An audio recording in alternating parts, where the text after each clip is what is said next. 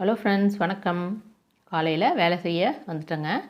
இதெல்லாம் முன்னாடியே நான் எல்லாம் ஊற வச்சுட்டு மொதல் நாள் சாயந்தரம் பாலையும் வச்சுருக்கேன். அதை எடுத்து டைகருக்கு ஊற்றுறதுக்கு ஆற வச்சுருவேன்.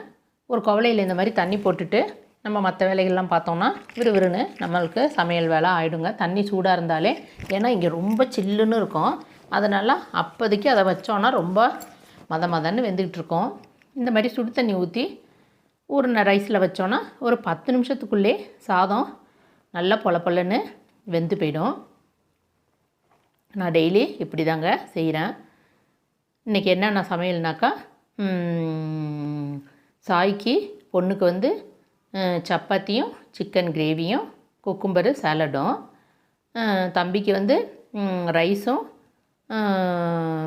சிக்கன் குழம்போட ரசமார் மோர் வச்சுட்டு அதே சாலடு.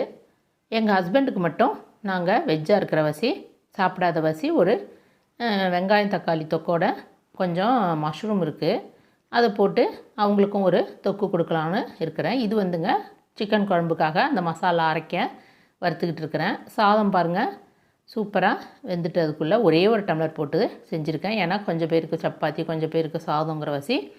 நான் வந்து சப்பாத்தி சாப்பிட மாட்டேங்க. நான் வந்து மத்தியானம் வேறு ஏதாச்சும் செஞ்சு தான் இந்த சாதத்தோடு சாப்பிட்ணும். அப்படி இல்லைன்னா இந்த தொக்கையே போட்டு கூட சாப்பிட்டுக்குவேன். பார்ப்போம் அப்போதைக்கு என்ன மூடு இருக்கோ அதுதான். இப்போ இது அரைச்சிட்டு வரத்துக்குள்ளே இந்த சிக்கனும் கொஞ்சம் போட்டு நம்ம வதக்கி கொஞ்சம் வெந்து போயிடும். டேஸ்ட்டும் கொஞ்சம் நல்லாயிருக்கும். சிம்மில் வச்சு இப்படி வச்சிட்டோன்னா நல்லா அந்த மசாலாலாம் சிக்கன் உள்ளே இறங்கி சூப்பராக இருக்கும். இப்போ வந்து இது வந்து வெஜிடேரியனுக்கு நான் வந்து இந்த மஷ்ரூம் போட்டு அந்த தொக்கு செய்கிறதுக்கு தான் செஞ்சுக்கிட்டு இருக்கிறேன். தக்காளியை போட்டு வதக்கிக்கிட்டே இருக்க வேண்டியதாக இருக்குது. அதனால் அதை நம்ம அரைச்சி பியூரியாக எடுத்துக்கிட்டோம்னாக்கா சீக்கிரமாக ஆகிடும். நம்மளுக்கு சாப்பிட்றதுக்கும் இந்த சப்பாத்தி கூட சாப்பிட்றப்ப இந்த முழுசாக தக்காளி வராமல் நல்லாயிருக்கும். எனக்கு என்னமோ இந்த மாதிரி சாப்பிட்றது கொஞ்சம் நல்லா இருக்கிற மாதிரி இருக்குது. சிலவங்களுக்கு முழுசாக இருந்தால் அப்படியே நம்ம அரிஞ்சும் போட்டுக்கலாம். இதுதாங்க இன்னையோட சமையல். இப்படியே 1 பை 1 நம்ம வந்து அடுப்பை மட்டும் ரெஸ்ட்டில் விடாமல் எல்லாம் கரெக்டாக வச்சுக்கிட்டோன்னா டக்குன்னு 7:30க்குள்ளே எல்லாத்தையும் செஞ்சிடலாம். எப்படியும் 5:30 இப்படி ஆகிடும். சாய்க்கு ஒரு 7 o'clock வரைக்கும் அவன் வேலைகள் ஓடும். அதுக்கப்புறம் அவனுக்கு ட்ரை ஸ்நாக்ஸு ஃப்ரூட்ஸு இதெல்லாம் எடுத்து வைக்கணும்.